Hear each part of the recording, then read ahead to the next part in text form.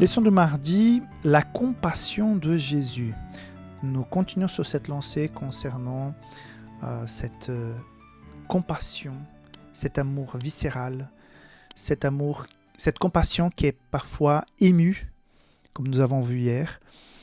D'ailleurs, la leçon d'aujourd'hui nous rappelle que dans plusieurs paraboles et situations, on voit Jésus qui est plein de compassion.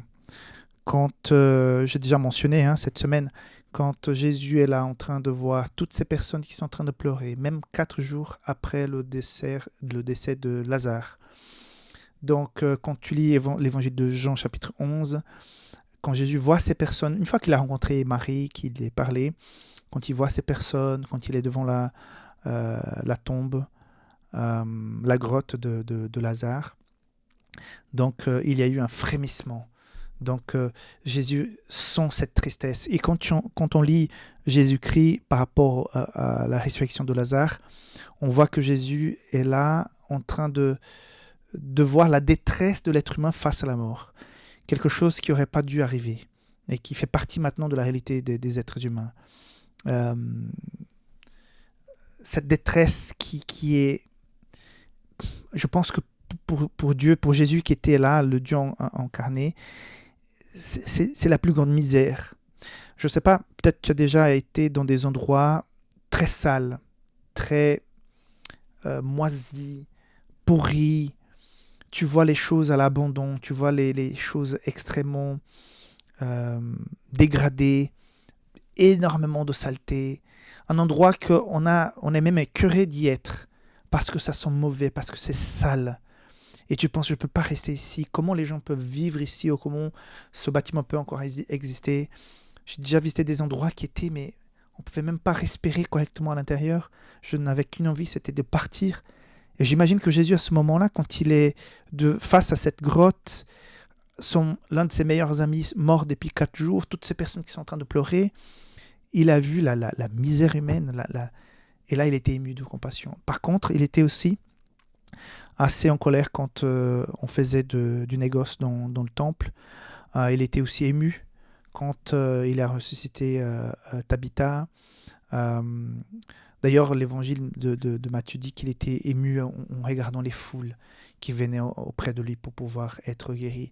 Donc, nous avons un Dieu tout-puissant, grand, plein de justice, qui va en finir avec le péché, qui va régler le problème de la terre. Mais en même temps, nous sommes en train de parler d'un Dieu qui est dans son essence l'amour. Donc, à plusieurs reprises dans son ministère terrestre, Jésus qui représente, si on souhaite connaître le Père, comme il a dit dans l'évangile de Jean, donc cette prière de chapitre 17, si vous voulez connaître le Père, je suis là. Donc, il faut passer par moi. En connaissant Jésus, on connaîtra le Père. Donc, Dieu est plein d'émotions vis-à-vis de chacun d'entre nous. Donc, cette vision de Jésus qui est proposée dans les leçons par rapport à son arrivée à Jérusalem, dans sa dernière semaine de vie, quand il voit la ville et qu'il dit « Ah, j'aurais voulu ramasser mon peuple comme les poussins qui viennent sous les ailes de la poule. » Donc, voilà, c'est comme une maman, c'est comme un père qui souhaite que tous ses enfants soient en sécurité, que tous ses enfants soient auprès de lui. C'est ça l'amour de Dieu pour chacun d'entre nous. Et encore une fois, je voudrais revenir rapidement à ça.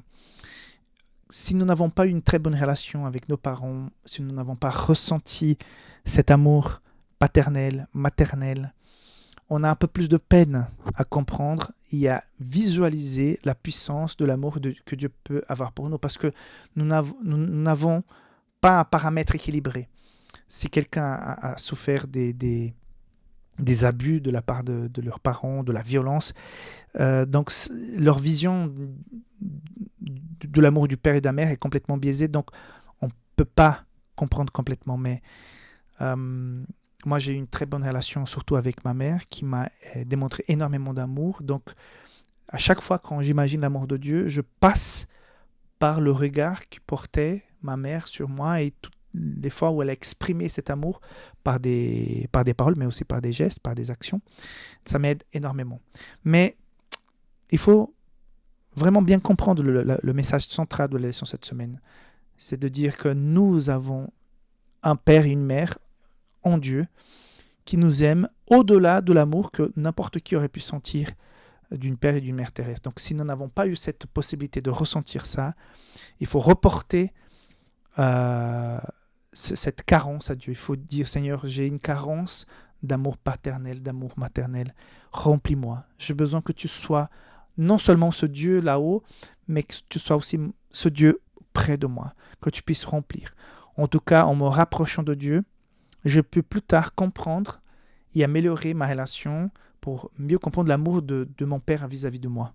Parce qu'on a eu quelques soucis. Donc, et à la fin, avant que mon papa parte, j'ai pu récupérer cette vision positive de l'amour du Père. Donc, ça m'a énormément aidé. Donc, si tu as encore la possibilité d'avoir tes parents, sache qu'en se rapprochant de Dieu, ça nous aide à comprendre et à réparer certaines connexions, certains ponts qui ont été endommagés vis-à-vis de nos parents. Ok ? Voilà, en résumé, ce qui m'a touché dans la leçon d'aujourd'hui. Et puis le message final, c'est tel comme nous avons reçu ce message, cet amour, de nos parents et de la part de Dieu, que nous puissions aussi parfois être le papa, la maman de quelqu'un et dans un moment précis, être là pour partager un peu de cet amour que peut-être les autres n'ont pas eu.